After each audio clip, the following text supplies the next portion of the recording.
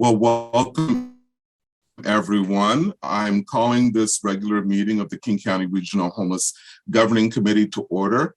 I am filling in as an alternate for Jonathan Hemphill, who isn't feeling well and will not be able to be here today. We will conduct this meeting via Zoom. All attendees for this meeting is being recorded. All visual, verbal, and written comments are public record. Board members, to ask questions or share a comment, please raise your hand by clicking the button on the right side of your screen, and you will be entered into a queue. When discussions formally begin, I will call on you in the order in which you raise your hand. After your turn, you can raise your hand again to be entered back into the queue. All right, so we will start now with our theory of change. Our theory of change for the King County Regional Homeless Authority is, if we create a homeless response system that centers customer voice, then we will be able to focus on meeting needs and eliminating inequities in order to end homelessness for all. Our land acknowledgement is something that is also very, very important. We want to acknowledge that we currently sit upon occupied land of the Duwamish people. Let it also be known that for nearly 500 years, these people and other First Nation people have endured and continue to fight for their sovereignty and against societal ills that stem from that occupation. I would also like to acknowledge the labor of enslaved African Americans, Latinx, Chinese populations who also built this country. Naomi, can you please conduct roll call? Yes, thank you, Lamont. Dow Constantine. Here. Joe McDermott. Here. Claudia Balducci. Here. Lamont Green as an alternate for Jonathan Hemphill. Here. Kirk McLean. Here. Zanita Reed. Here. Angela Burney. Here. Ed Prince. Here. Nancy Backus. Here. Andrew Lewis. Present. Bruce Harrell. Lisa Herbold. Here. We do have a quorum with 10 members and 1 alternate present. Thank you, Lamont. Excellent. Thank you, Naomi.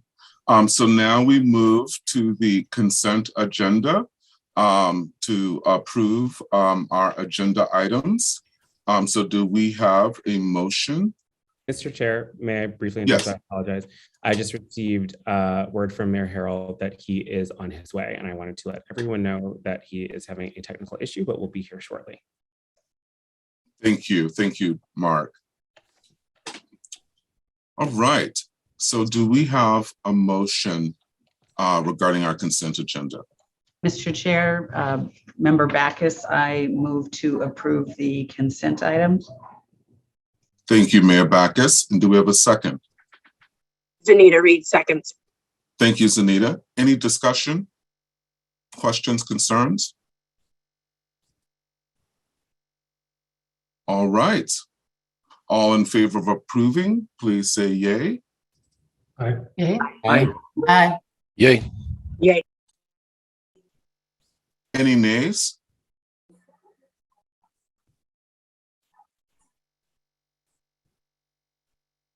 Any abstentions? All right. So now we're going to move to our public comments, and we will have 10 minutes for public comment. If you wish to comment and have not already typed your name and city in the chat box, please do so now. Each individual will be given 2 minutes to comment and will be unmuted and called on in the order that their names were entered into the chat. When you reach the end of the 2 minutes, we will ask you to finish your comment so that others may have an opportunity to speak. Welcome, Mayor Harrell. Thanks for welcoming. Yes. I will close public comments approximately 10 minutes from now. And so public comment is open. Lamont, at this time, we have 1 person who would like to comment or two. The first one is Reverend Bill Curlin Hackett from Auburn, Washington. Bill, you should be unmuted at this time. Governing committee members and staff of RHA, thank you for this chance to comment.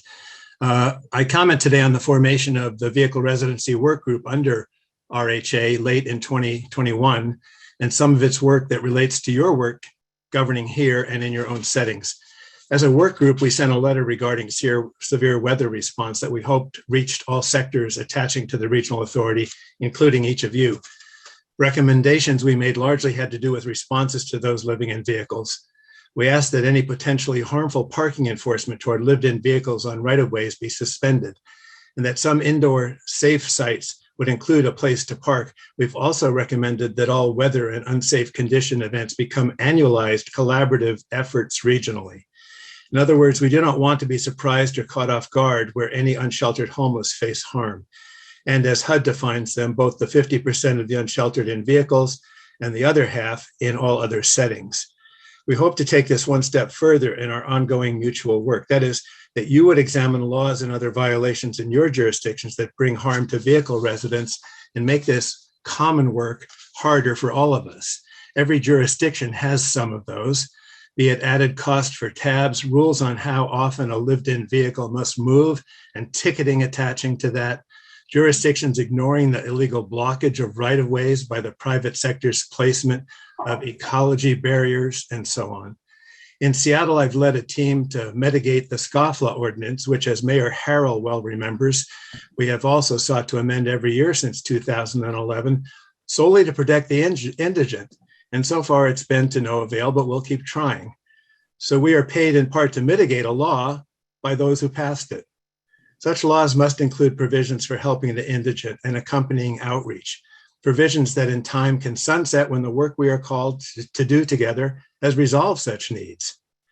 Your support towards these realities is critical, and without changes, we'll fight against ourselves and further harm those for whom we gather. We're here to help, and help us help others. Thanks. Thank you so much, Reverend Hackett, for your work. Thank you. And I believe next we have Nora Phillips White from Seattle.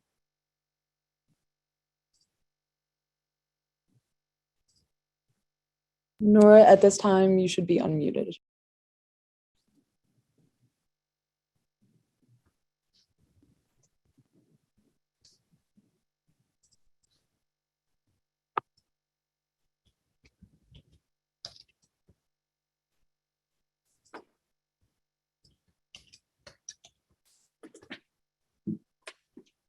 And Nora, can you hear us? And you just, if you hit your unmute button there.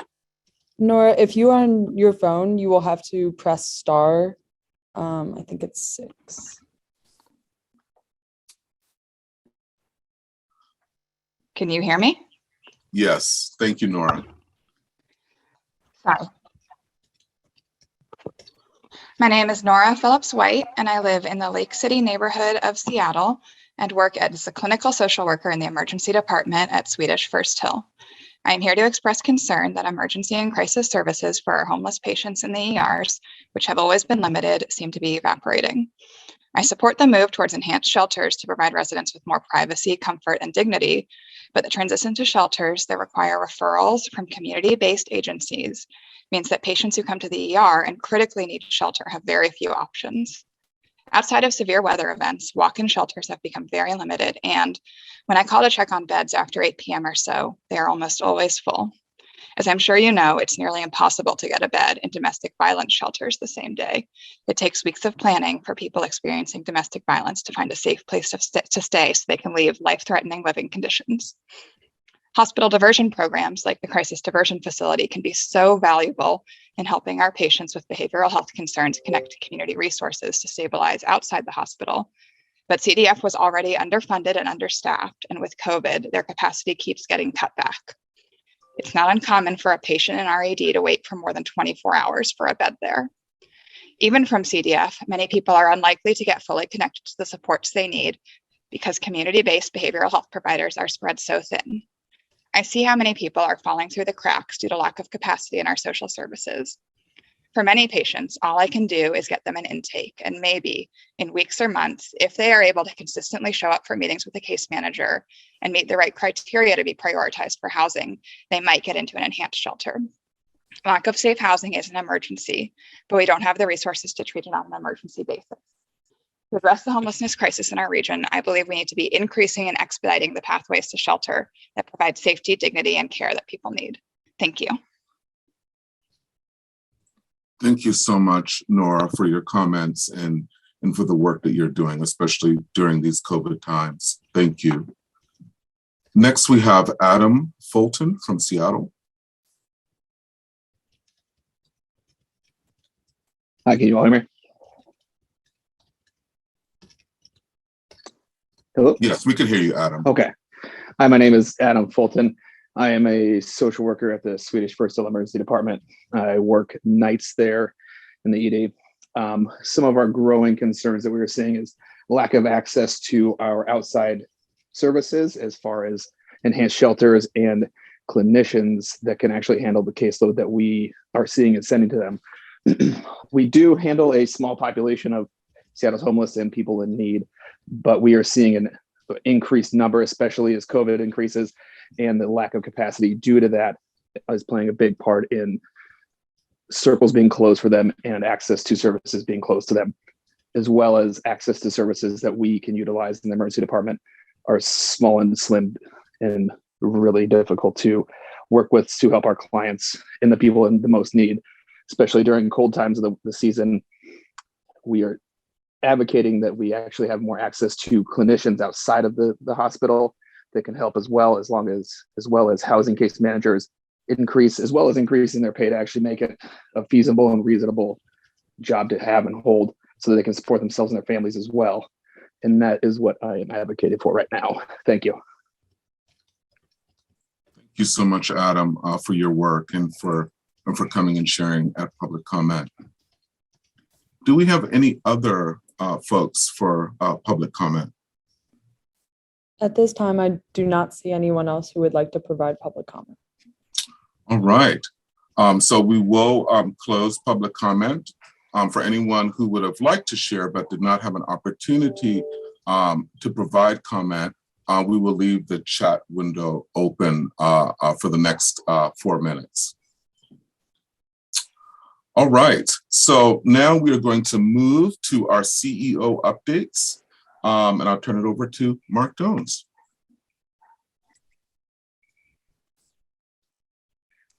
Thank you, Mr. Chair, and a pleasure. It was like very formal. Naomi, can you please mute and remove our public commenter? Thank you. Thank you, and a pleasure to be here with you all today.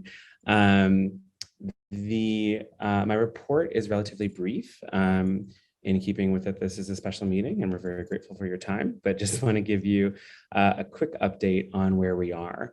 So in our first 9 months, which was for 2021, we went from 1 person, who was me, and now we are, as of today, 32 people and still growing. Our grants and contracts management systems are up and running. That was a really significant feat with a full-scale implementation led by some exceptional staff here that we are fortunate to have. All the providers have received master service agreements and then project service agreements. The master service agreement will govern all of their activity with the authority, and the project service agreements, some providers do one thing, others do many. And so we've set up PSAs specific to those activities. One impact of COVID is that the providers have requested and we have granted an extension on the execution of those PSAs.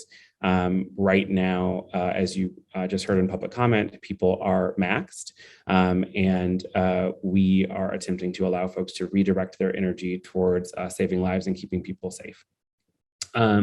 Our first budget cycle, as you will hear, has about 66% of funding from the city of Seattle and about 34% from King County. We will get into more detail on the exact numbers momentarily. Our sub-regional planning staff have been working across the county and with all of our jurisdictions in order to understand the specific and unique dynamics folks face and to begin to build out tailored and specific plans in all of those communities in collaboration with all of the relevant stakeholders that then roll up into a regional agenda. We have partnered with over 200 organizations to map out the services and the gaps that fit each of those 7 unique subregions. And I'm really excited about that work and very grateful to Alexis and her team for how they have stepped in there. Just in terms of briefly on the staff itself. So we just conducted our first sort of hiring pulse to understand the baseline in terms of how folks identify so that we can map towards equitable hiring in the future and look for any attrition rates that signal that we are not doing right by any particular group or subgroups. As of today, we have about an 87% response rate on that pulse. Folks are about 61% of the agency identifies as a person of color. We have about 60% of the staff that identify as women, 42% identify as LGBTQ. We have about 5% that identify as trans. And 50% of the staff identifies as folks who have lived experience of homelessness, the criminal legal system, or the mental health system. I feel really good about that. I'm not going to lie. I think, being able to lean into the values that we set in terms of, who is doing this work, not just in terms of, the seats for the Lived Experience Coalition on the implementation board and the governing committee, but also inclusive of our staff here at the authority feels really important. And we really tried to hold those values through our hiring process and through our recruitment efforts. And it's good to see them paying off.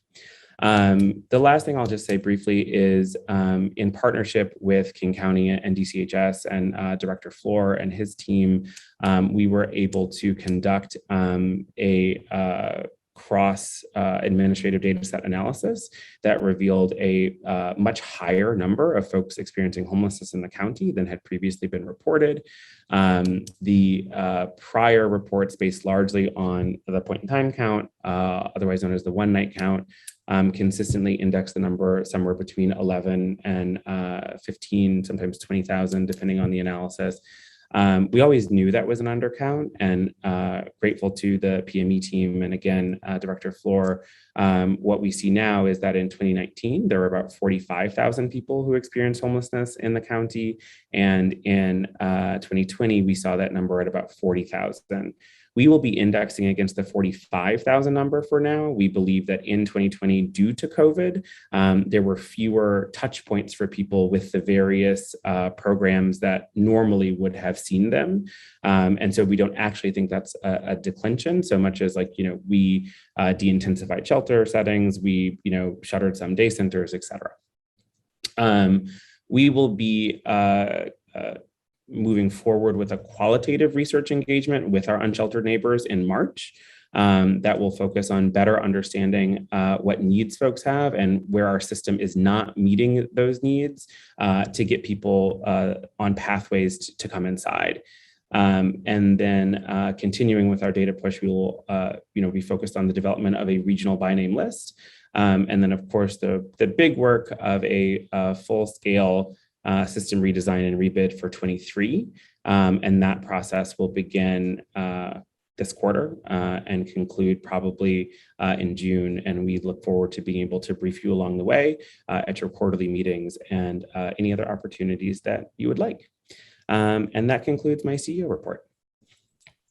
Thank you, Mark, for the amazing work of you and your team. Now we're going to open it up for any questions or comments from the board.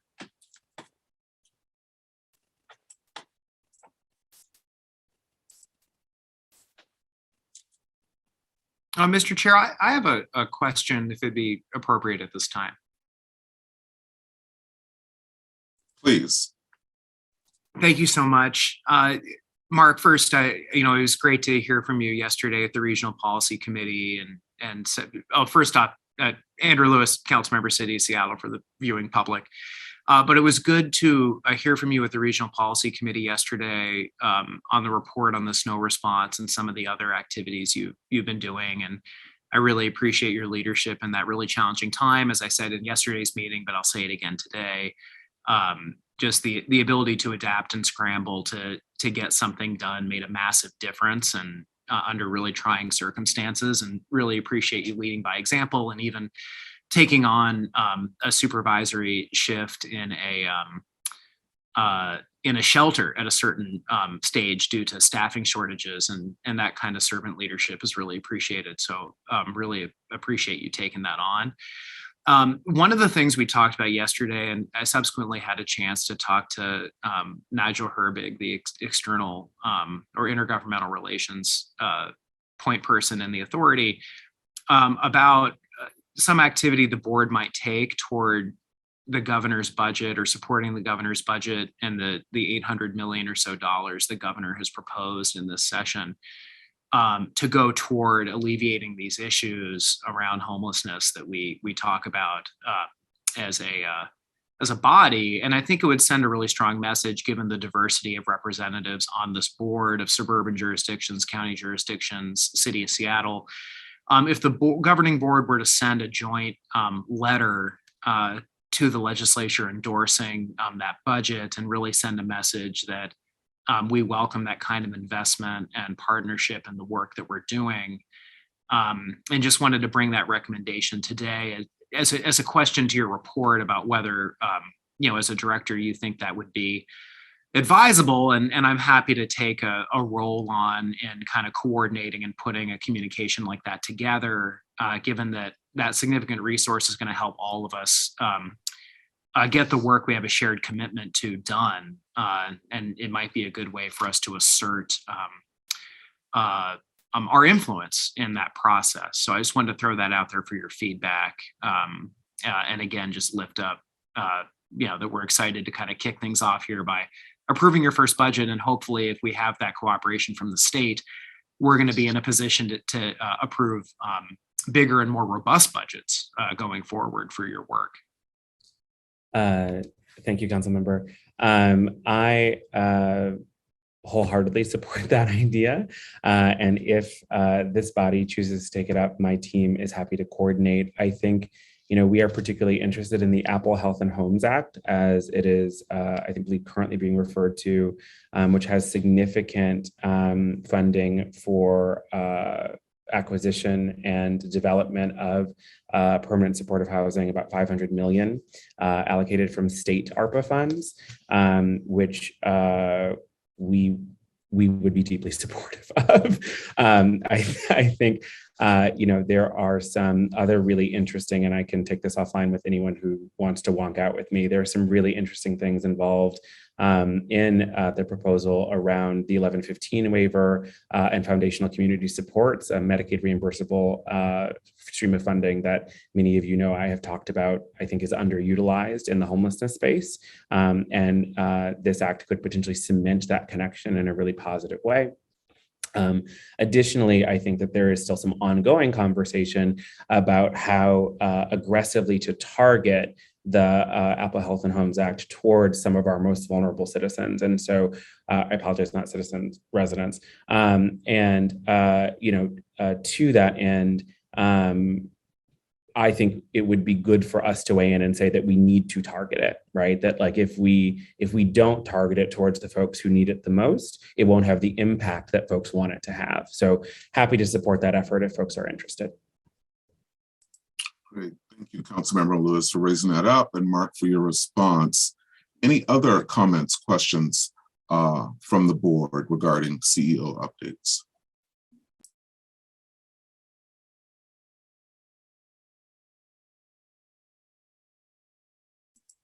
All right, so we will shift to the very big item and hear the 2022 final budget presentation. And this is a voting item. So I'll turn it over to Mark Jones and Meg Barclay for that presentation.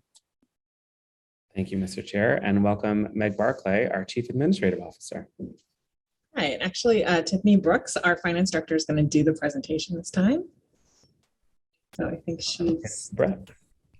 Good afternoon, everyone. I'm going to share my screen and turn off my camera because I will be looking at a different screen while I present to you.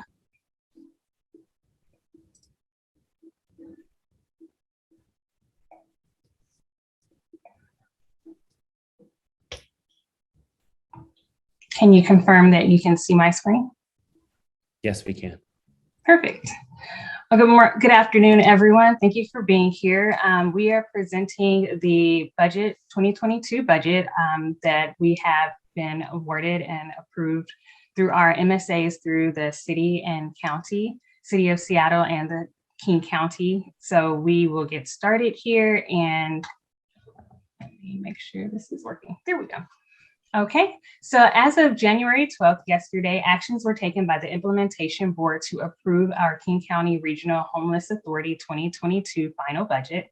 And the action items today for you guys, the governing committee, will be for you to approve the action that was taken by the implementation board, which is approving the 2022 final budget, and it will require a 2/3 vote. As you've seen previously in this presentation, there are minor updates. So I will highlight any updates that were made to this presentation from when you viewed it previously. So for this slide, we do have 69.1% of our funding will be going toward continued programs that we are receiving from King County and from the City of Seattle. 23.49% of our funding will be for new programs and is consistent of other funding sources. And 7.53% of our budget will go towards operating and administration. This is a breakdown of our budget. As I said before, we have a similar slides as previously, and we did revise some of the lines. So they are highlighted in red so that you can see the difference from your previous presentation compared to today's presentation. The first portion of this slide is for continued programs. These stayed the same. We will be contracting and are in the process, as Mark mentioned earlier, of sending out PSAs and having our agencies complete their PSAs and their budgets, and they will get those back to us this month. These will be for continued programs from both the city and the county without any changes or deviations from their previous contracts with both entities. And so it will remain the same in 2022. The next section is for new programs and other funding. The first line has been revised. It was a little bit higher, or a lot higher previously when we presented it to you guys, but we decided to sort them out and break them out a little differently so that you can see the different fund sources that are coming from the different agencies or jurisdictions. So in this case right here, we do have the City of Seattle Council Budget Actions. This is for $1.5 million. The next line is for ESG CV. These are one-time COVID CARES Act dollars. This line was revised. It was approximately $1.1 million. And we increased it now that we have our signed and executed MSA from the City of Seattle, which includes carry forward dollars from the ESG CV grant that they received. It also included the CDBG CV COVID funds as well. This was not included previously in our slide deck because we were not aware that we were receiving these dollars this quickly. We were expecting to receive them a little bit later in the year after they've closed out all of their contracts, but we ended up receiving these dollars in our MSA. So we are very grateful for these dollars. It's $2.9 million. The next line is for the Coronavirus State Local Fiscal Recovery Funds, also known as Clifford dollars from the City of Seattle. These dollars were also revised. They were previously included in the top line with the council budget actions, but we separated it out so that we can see the fund source and the dollar amount for that fund source. These dollars will be broken down a little bit later in the next slide to show how they are related to the council budget actions. And then we are extremely grateful as well during the severe weather event that we had just recently, we received a United Way Severe Weather and COVID Response Grant for $50,000. And that's been included here now that we have an executed agreement with them as well. The following section is for our operating costs. It is for $11.9 million. This line did increase, and we are very appreciative from all of our partners and the city of Seattle for helping us close the funding gap that we had in our operating costs. And so this is increased by that, as well as some additional administrative costs that we anticipate to be associated with administering the Clifford dollars. This slide was presented previously and it has not changed. It is identifying the projects and the contracts that are coming over, or that did come over, excuse me, this year from the city of Seattle and from King County, and then showing the total amount that we received in contracts. I believe Mark mentioned previously that within our contracting process, we did combine some of these contracts into one contract for our providers so that they do not have multiple contracts for the same project.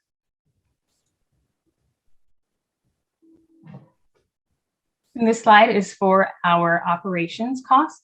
It is pretty much the same with the addition of the dollars that we received from the city of Seattle to increase our admin costs, as well as the additional dollars for Clifford dollars. And I just want to jump in here really quick that the increase in admin isn't only attributable to the Clifford dollars. The city of Seattle also closed the gap that we had, the need for additional funding that you saw in a previous presentation. So there was an additional $600,000 of general fund that was also allocated to meet our sort of more not Clifford specific operating needs. And then on top of that, there was the additional Clifford funding. Thanks, Meg. So just as Meg mentioned, we did receive additional admin dollars from the city of Seattle, and we actually got two ads for our admin to help close that gap and to help ensure that we had adequate funding to meet our operations and admin costs. So the first line right here is COVID mitigation dollars. These dollars are going to support to continue the COVID response here within the city of Seattle and the King County region.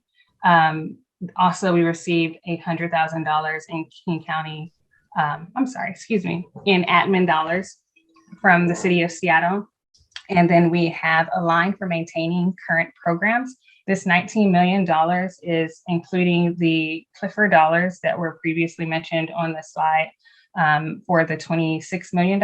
And these dollars I would like to highlight are multi-year dollars that will help to fund the Soto and Cairo Enhanced Shelter. The next line will be for tiny house villages and non-congregate alternative spaces, and this will be for new capacity. The next line under council budget ads is a one-time provider appreciation pay. These dollars are not currently included in our budget because we are in the process of amending our MSA with the city of Seattle to include these dollars. So they will be added to our budget at a later date and then presented to you at that time.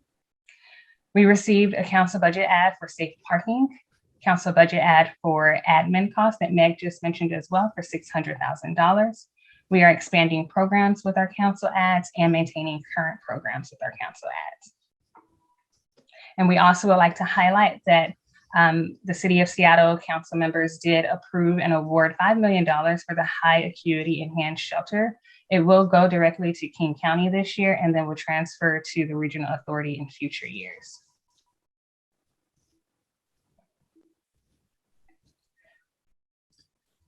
During our meeting with the implementation board, we did discuss the use of provisos as well as earmarks. They went through a discussion policy-wise on how to handle provisos and earmarks. And within that discussion, it was within the letter that you guys received, stated that they are approved to move forward with these budget actions. And I would like to go through some of what these provisos are so that you're aware of them as well. The first proviso is an $800,000 proviso of the $3.6 million from our COVID mitigation dollars for us to continue to use those funds with youth engagement centers. And then the next proviso is $10.7 million from the city of Seattle, where we are ensuring that we are using those base dollars for tiny house villages. I would like to note that all of the provisos and earmarks will have no budget impact for this regional authority, because we are already intending to use and are intending to use these dollars with their intent and purpose that they came to us from the city of Seattle. This is just a breakdown with the language to this $800,000 proviso for youth care. And this is the proviso language for the $10.7 million for the tiny house villages.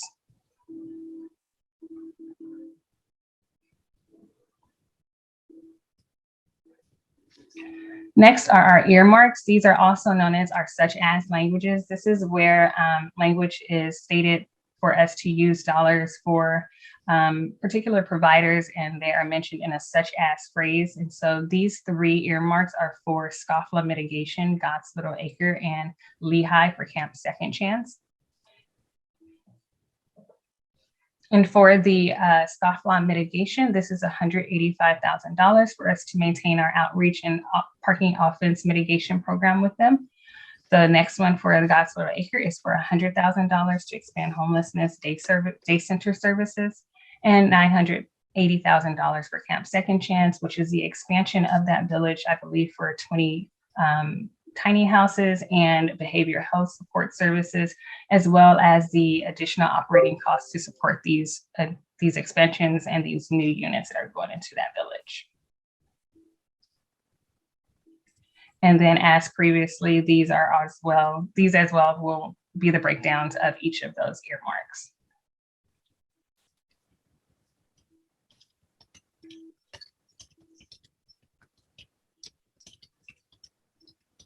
And this is the last earmark for God's Little Acre.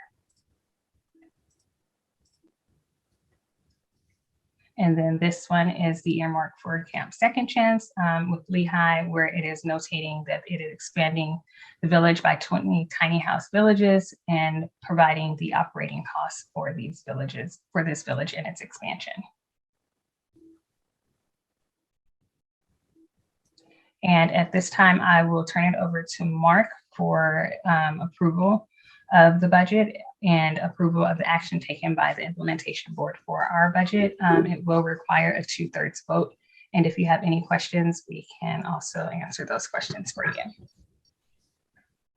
Thank you, Tiffany. Briefly, I'd like to read just into the record the letter that you all received from co-chairs Odom and Reddy. It reads, to the KCRHA Governing Committee, as the chairs of the KCRHA Implementation Board and with the unanimous endorsement of the Implementation Board, we are recommending approval of the budget being presented to you on January 13th, 2022. We recognize that this budget was developed later than what will be the usual process because CEO Doan started in April 2021, and the startup and hiring process takes time. Our board plans to engage early with RHA staff on the budget for 2023. We also want to note that the Implementation Board had a robust discussion of earmarks and provisos at our December 8th, 2021 meeting, as well as some discussion at our January 12th, 2022 meeting. While we recommend approval of this year's budget inclusive of the City of Seattle's earmarks and provisos, going forward, we will work with city and county funders to minimize the use of directed funds, better aligning with the vision and plans of the authority as an independent agency. In addition, we hope you as a governing board will advocate for additional state and federal resources to support our efforts to end homelessness in King County. Sincerely, co-chairs Harold Odom and Simha Reddy.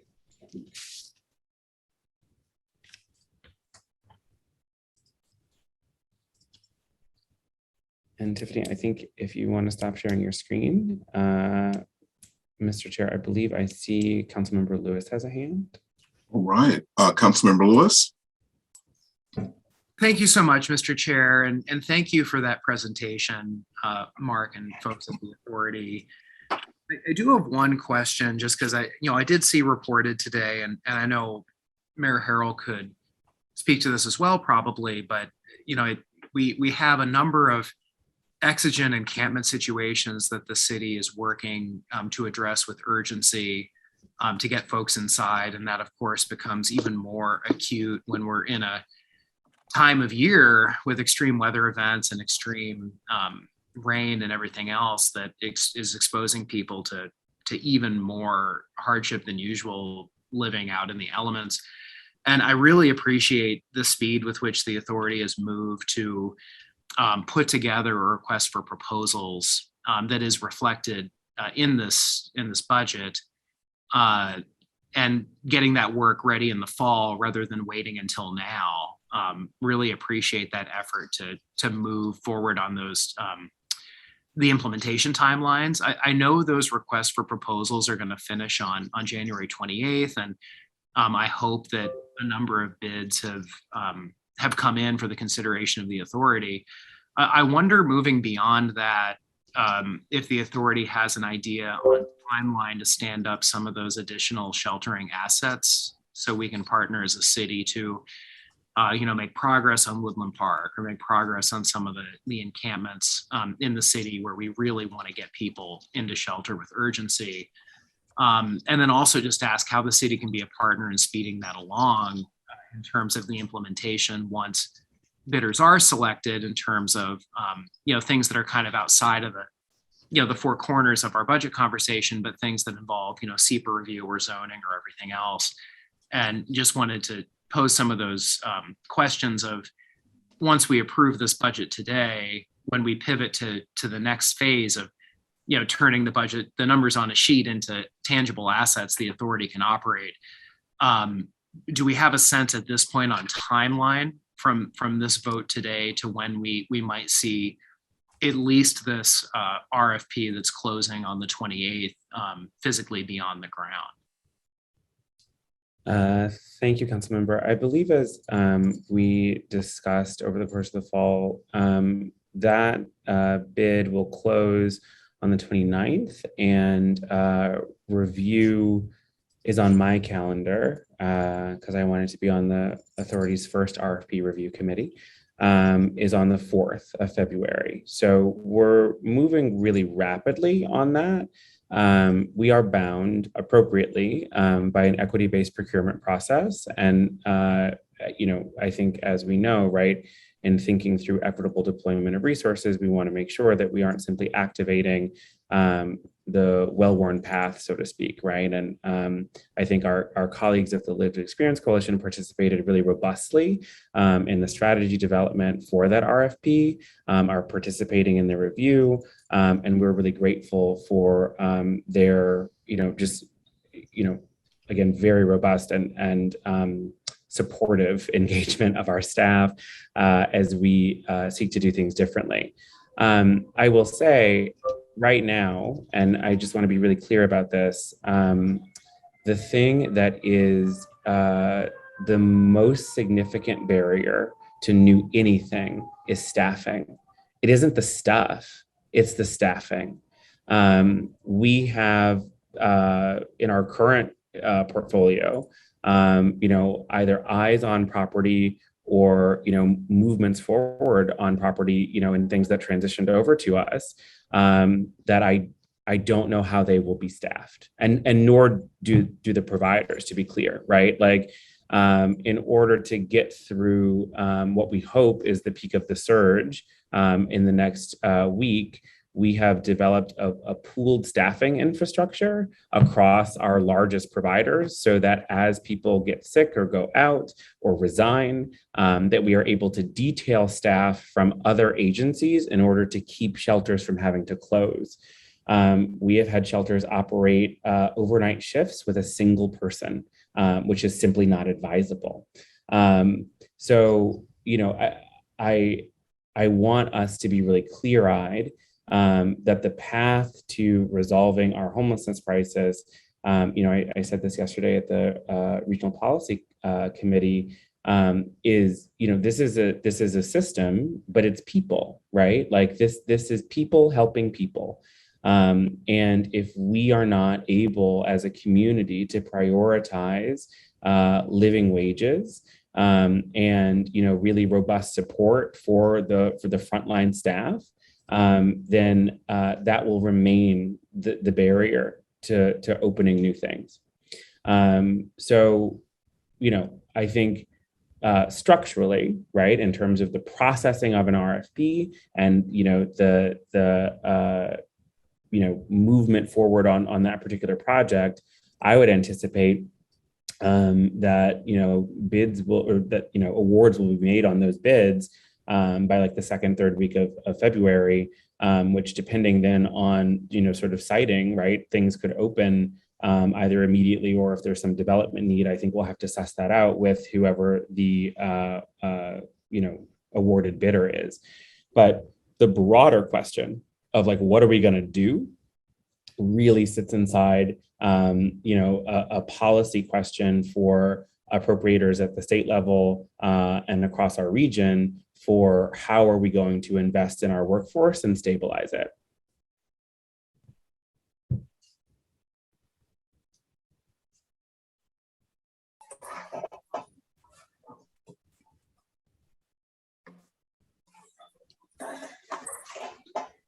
Mr. Chair, I believe I see Councilmember Herbold. Thank you. Herbold? Thank you so much. On the topic of workforce investments, I want to highlight that in addition to the city providing a one-time cost of living bump to 5.8% this year, we also approved funding for a wage equity study for human services providers that will compare the pay scale not to other human service workers across the country, but will examine the skills and competencies and responsibility level of the work they're doing. And compare it to comparable work, not just focused on other human services workers, but that the type of work that they're doing. And so I know HSD is working hard to find a partner to perform this really important study. Also want to just, on the topic of tiny house villages, want to point out that the funding that is provided in this budget is for an expansion of an existing tiny house village in West Seattle called Camp Second Chance. This is, I think, something that hopefully we could look at doing rapidly, because there's already a location, there are no siting issues. But I also want to flag separately from the funds provided to RHA for the expansion, we also provided funding in the city budget to get access to water and hygiene facilities. This is, I believe, the only city-supported tiny house village without plumbing, and so we're providing to RHA funding for the expansion of the village and services, and then separately, the city is providing funding to finally, they've been there for 5 years, finally get some plumbing out there. So just wanted to make sure folks were aware of that. The only thing I would add, Mr. Chair, to Councilmember Herbold's remarks is I've been to Camp Second Chance, and I don't think, so for the existing things that we are level funding or expanding, there should be no delay there, right? Because it's just as fast as people execute, and then we move forward. And because we are broadly we're not doing anything new other than with the new money, right? Like, so anything that is expansion or level funding moves out as soon as the PSA is in place. Thank you, Councilmember Herbold, for that comment, and Mark for that clarification. Are there any other questions or comments regarding the budget? Councilmember Balducci. Thank you very much, Mr. Chair. It's a question, and I'm positive that we have been briefed previously, so I apologize if it's repetitive. But I see the different earmarks and provisos and what we would call expenditure restrictions. I think we've got different terminology for the same things in our different governments. From the City of Seattle's budget process, King County also went through a mid-biennial budget process late last year and included some directive funding. The one that comes to my mind is, I think there was an ad for $800,000 to $1 million for tiny homes. And is there a reason that that doesn't show up separately? Is it because we're still directing to our own Department of Community and Human Services? Okay, I see the nod. Thank you. Yes. And just for everyone's symmetry, Leo and I have Director Flora and I have spoken extensively about the transition timeline of those things, acknowledging that they will come to the authority because it is shelter, right? But that where DCHS is in process already, it does not make sense for us to interrupt their procurement cycle, break everything apart, take it, and then restart it. Right.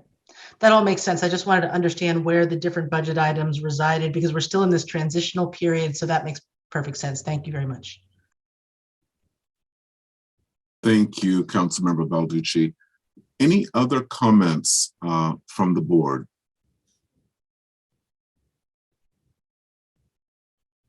All right, going once, twice. All right, so we're now going to take this to vote. Should we do a roll call on this particular item or just a collective? Mr. Chair, it is required for a vote of this type that we do a roll call vote. Excellent. And my understanding is that having closed this section, the parliamentary rules would indicate that you would call for any formal discussion. Yes. If there were none, then we would move to a roll call vote, and Naomi can facilitate that. Thank you, Mark. All right, so do we have a motion to approve this budget? This is Member Bernie. I move to approve the budget for 2022. Thank you, Mayor Bernie. And do we have a second? Member Backus, I second. Thank you, Mayor Backus. All right, let's open it up for discussion.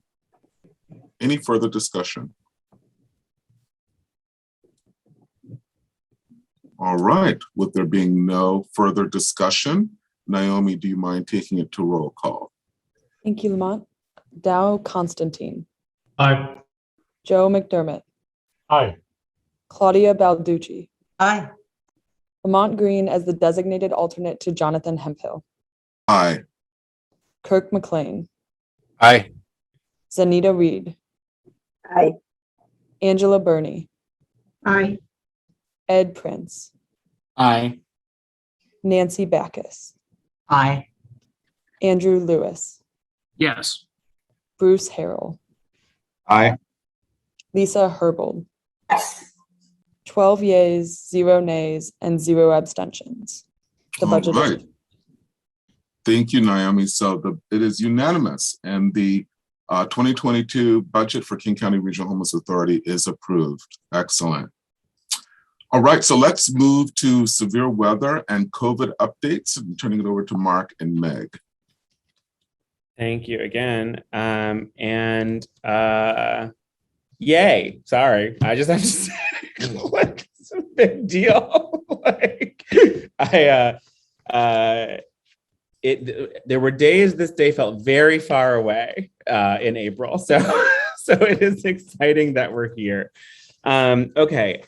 This presentation on severe weather was originally supposed to be delivered by Alexis, our sub-regional planning manager. She is actually off doing her job in sub-regional planning with some of our North King County colleagues. And so I will be delivering it. Naomi, would you mind running the slides? Thank you. Is everyone able to see that? Yes, thank you, Mark. Wonderful. Next slide, please.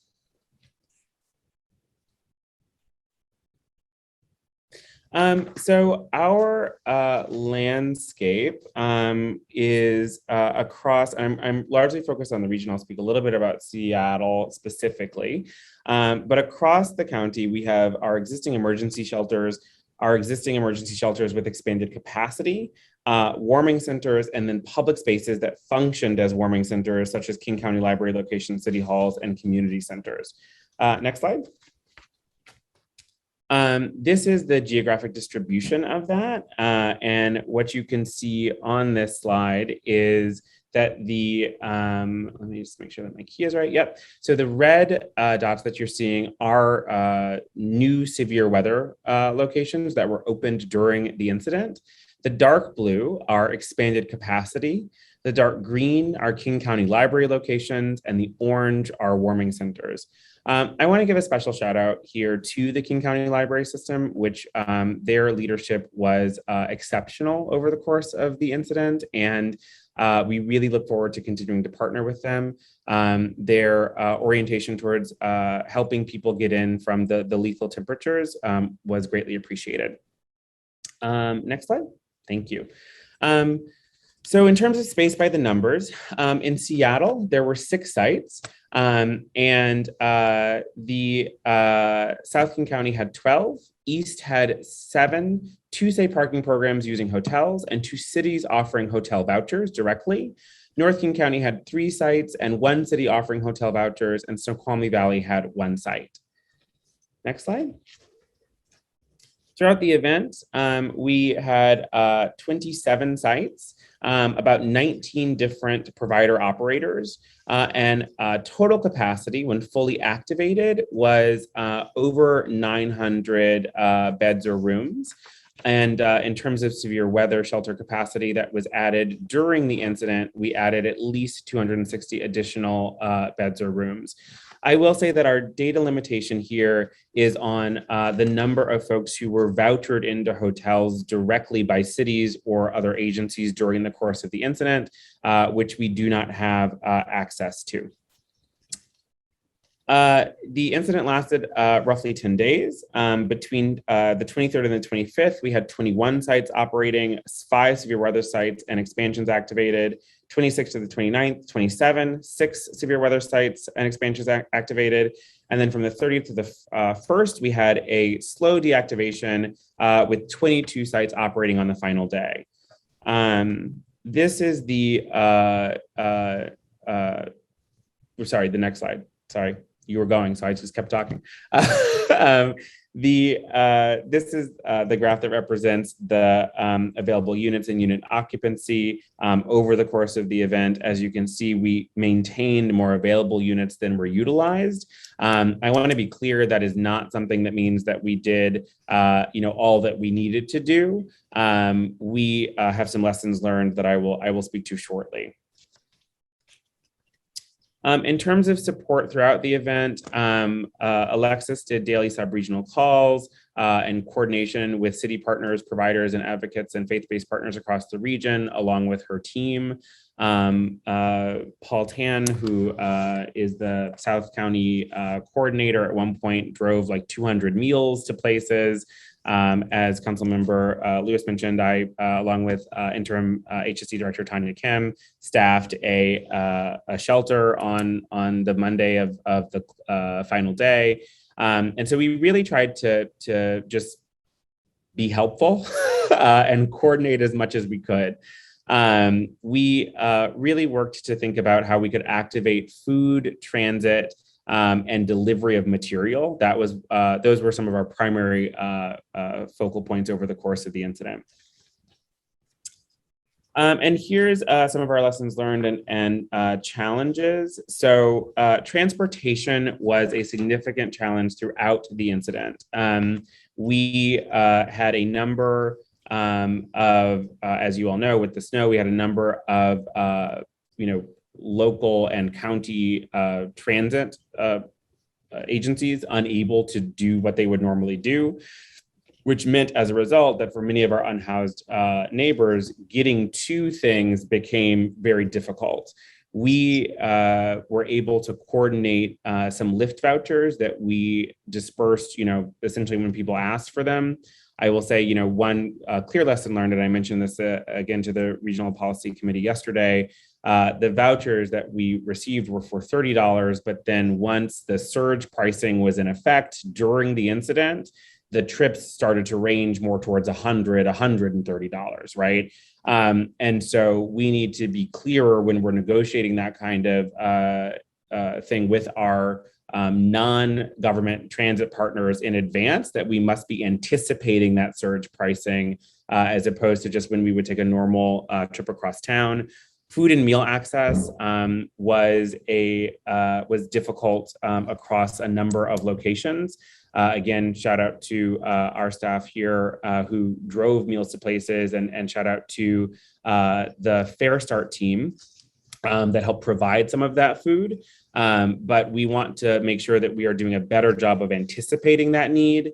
Holiday weekend, limited available indoor day space. So, I think we saw consistently that the, things were just closed because it was like the New Year or Christmas weekend, or, and so I think we'll want to do some more significant planning around what we will do when inevitably an incident occurs on or around a holiday again.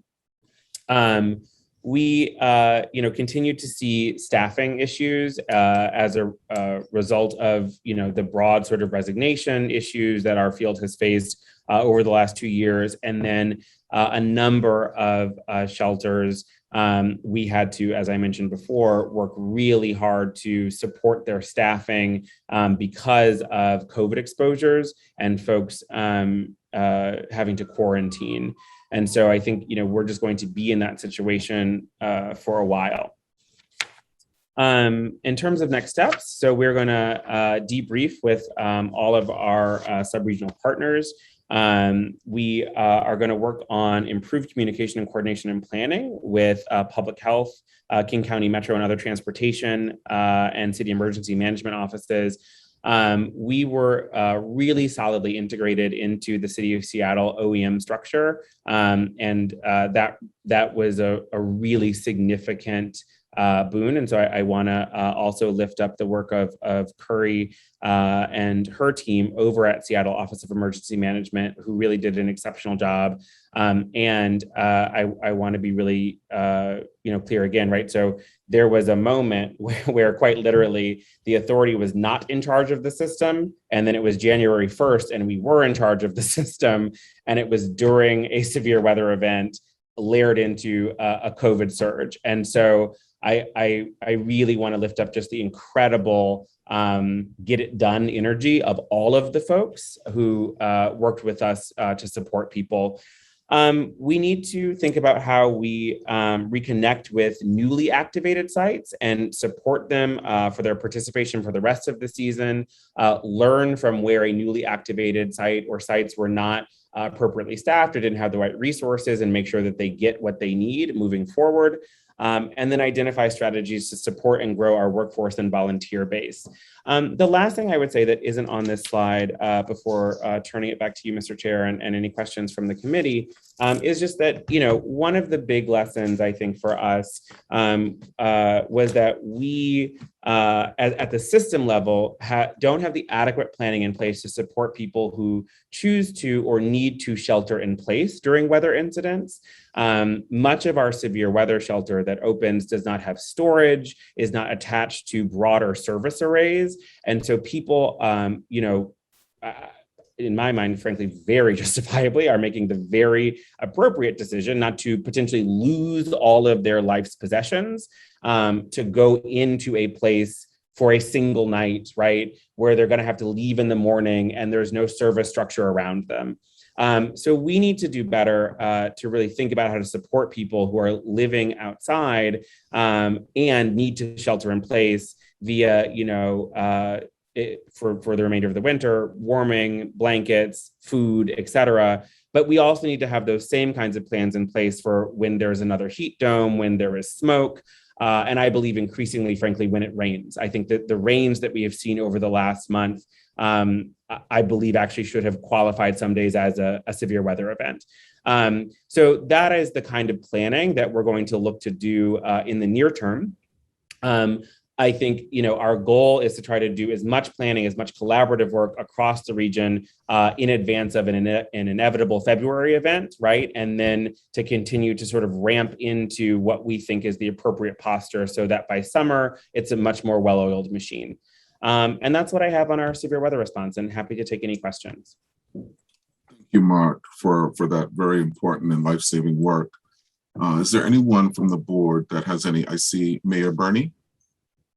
Yeah, thank you so much. I only wanted to say thank you so much for your work in coordinating all of this. And I mentioned that in the Regional Policy Committee yesterday as well. I know every time we have an event, there are people out there who have been coordinating in all different aspects of this work. But it was really apparent to me how well you and your team did in trying to bring all of the different entities together to really make sure people are safe. So I just want to say thank you. I know there's a lot more work to do, as you mentioned, but for me, it was a very different experience as this event unfolded, how much coordination there was and how much communication there was. So thank you. Thank you, Mayor Bernie. Councilmember Herbold. Thank you. In the beginning of your remarks, Mark, you mentioned the leadership of the King County Library System. And I'm wondering, could you talk a little bit more to that? I'm very interested to learn more about your experiences with the King County Library System. We had staffing difficulties with the Seattle City Library System. COVID-related, understandable staffing shortages of library staff. But my understanding is when we offered to staff some of the libraries with city staff who were accepting a voluntary reassignment during the storm, the city library system declined those voluntary staffers for that purpose, and just would love to learn a little bit more about your experience with the King County system. Certainly, Councilmember. I obviously can't speak to the specifics of anything that happened with the Seattle system, but our experience of working with the King County system and their leadership, I believe I first spoke to their executive director in, October or November, and we had a really good call and conversation about their willingness to acknowledge that they were in many spaces, right, the default place where folks experiencing homelessness spent their days, right, to avoid weather, to access computers, to read a book. And because of that, they were really interested from the beginning in figuring out how to partner with the authority and, how we could think about, being innovative about, providing service delivery, right, through some of those library sites and to, enrich the space so that folks are coming in to use a computer and maybe also getting connected with someone who can support them on a path to housing, right? Obviously, none of that has come to fruition yet. But when the incident began, our team was able to reach out to them and really quickly, sort of ask whether or not they would be willing to be listed in our resource list and whether or not, they would be willing to, keep us updated on their closures and what would be available. And they were just incredibly helpful and very supportive of trying to be open, trying to be available. I believe, that saved somebody's life somewhere. Thank you. And just another quick follow-up. As it relates to geographic distribution of winter response shelters, I'd love to just hear a little bit about your thinking about that. Typically, Seattle has done a very centralized approach, and West Seattle, given our bridge being out, is having some special challenges, but just generally, even before the bridge went out, I feel it makes sense to have more locations where people are. And we know that there are people living unsheltered throughout our city, and just would be interested to learn a little bit about your thinking about that as well. Yeah, I agree. I think we need to do a better job of both within Seattle Metro and across the region, making sure that there are accessible points during severe weather incidents. As I believe we were able to partner to get something open in West Seattle that was volunteer staffed. this is one of the lessons to learn from, right? In terms of like, how much support, what was communicated, et cetera. I know that our team worked as hard as they could to support that location over the course of the incident. I also know that there were some difficulties there. And as I think you all know, like, I'm never afraid of admitting that a thing didn't perform perfectly. To me, that is an opportunity to learn and to do better, right? I will say that our North Seattle locations trended at, between 0 and 3% occupancy for the duration of the incident. And I don't know what that means yet, to be honest. I don't know if it's that people were not aware of them, that it did not, it was not an appealing location for whatever reason, right? So I think that we need to do a better job in coordination with the Lived Experience Coalition and our other, outreach staff and unsheltered neighbors to understand where we can put stuff that will do a better job. The downtown and particularly City Hall trended at near a 90% occupancy rate for the duration of the incident. My belief is that because it is a known, like it's almost always open, right? And it is very centrally located from a transit perspective. And we always maintain, right? Because it's the core of city government, we always maintain something that's going to get you there pretty much, right? And the last thing I'll say is, regionally, I'm very concerned predominantly about our Southeast King County region. As you heard, Snoqualmie Valley had one shelter, right? They need a lot more of our directed resourcing. It is not, I want to be very clear, it's not an unwillingness. It is not that they are, trying to say like, oh, we don't want any of these things here. It is that they have not received a significant amount of resourcing in order to stand things up. In fact, the single shelter that operates in Snoqualmie Valley was only a winter shelter until COVID hit, and then it switched to being year-round. And so we are going to be really focused on helping that Southeast subregion stand up more of that infrastructure.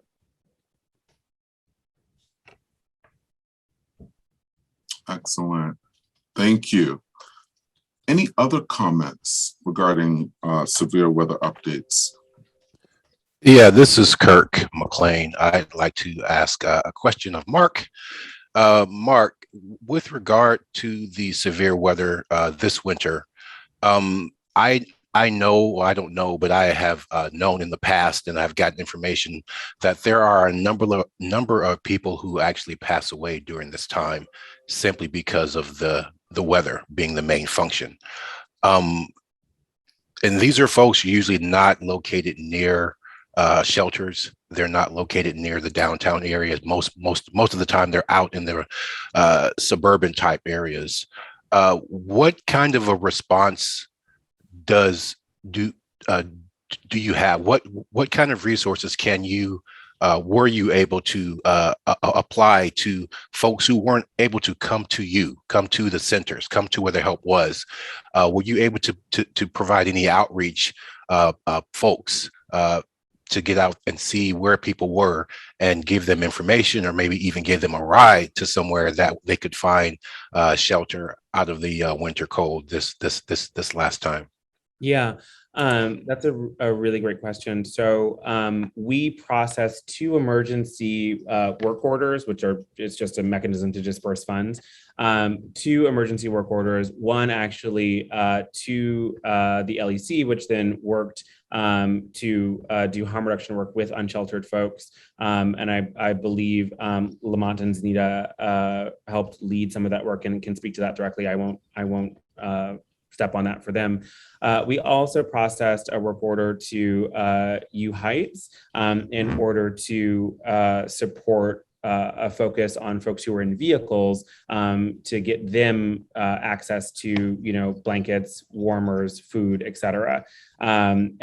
So those were our 2 mechanisms that we use this time. And again, I think it's really important that we be clear that we can do better than that, and we just need to plan in order to make that happen. The other thing that I'll say is the Hope Team System Navigator staff, Dwight and Carly and those folks were consistently in the Seattle metro area trying to make contact with folks to try to get them rides to places. And it was their team and the sort of broad array of outreach providers that really lifted up about 2 days into the incident. People don't want to move, and we need to retool what we're doing, which then led to the emergency processing of those work orders. Thank you, Mark. Any other comments? Yeah, my hand is up.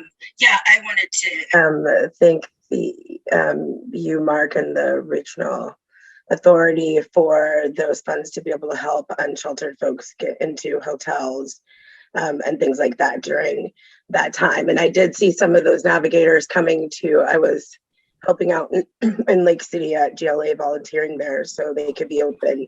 And there were some folks coming through to see if people needed rides to shelter and things like that. So I think that's a really good idea and things. But I just know I did have some folks who didn't want to leave their cars, didn't want to leave their vehicles, so us just making sure that we're much more prepared, and ahead of time, and, getting those resources to folks before it starts getting like that, when we know, just like maybe 3 to 4 or 5 days before, making sure those resources are getting out to folks, especially like food, like make meal kits or something when you're in your car, there's no place to cook or anything like that. So I had somebody I was trying to get to, and, so thank you for those resources though. But Thank you, Zanita.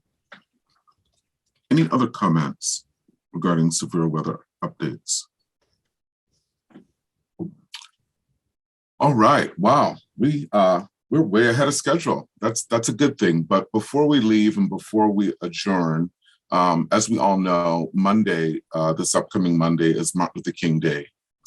And Dr. King continues to be a beacon for racial and social justice, equality, and peace, throughout the world. And the King County government's logo of Dr. King's image is symbolic of those same values that King County strives to embody, such as racial equity, inclusion, diversity, and excellence.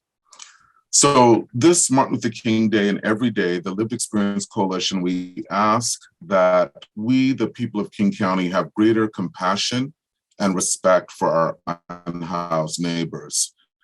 Dr. King once said, quote, "Too often being homeless is considered a personal and a moral failing, when it's actually a structural and political problem that makes visible the growing inequalities of our society.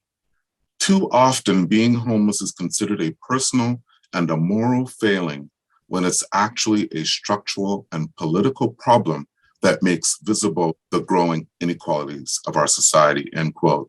And we could see that these words still ring true. Dr. King also reminded us that power without love is reckless and abusive, and love without power is sentimental and anemic.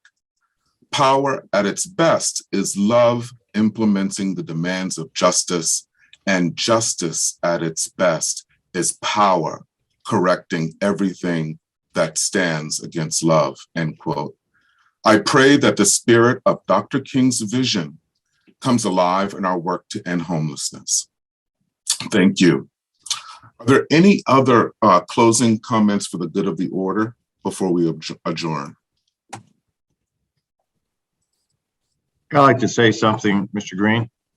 Yes.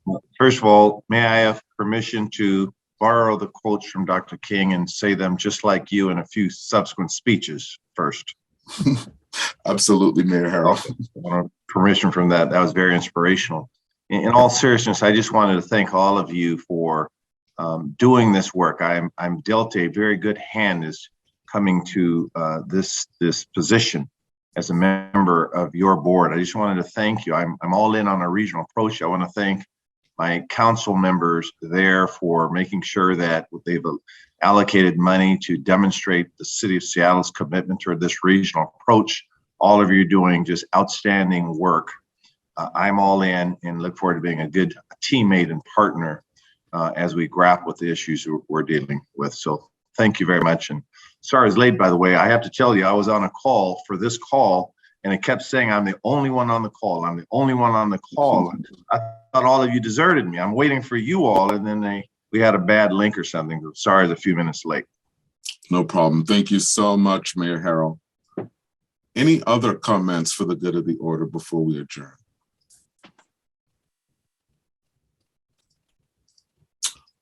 All right. Well, thank you all for your participation today. Our next regular meeting will be on St. Patrick's Day, March 17th, 2022.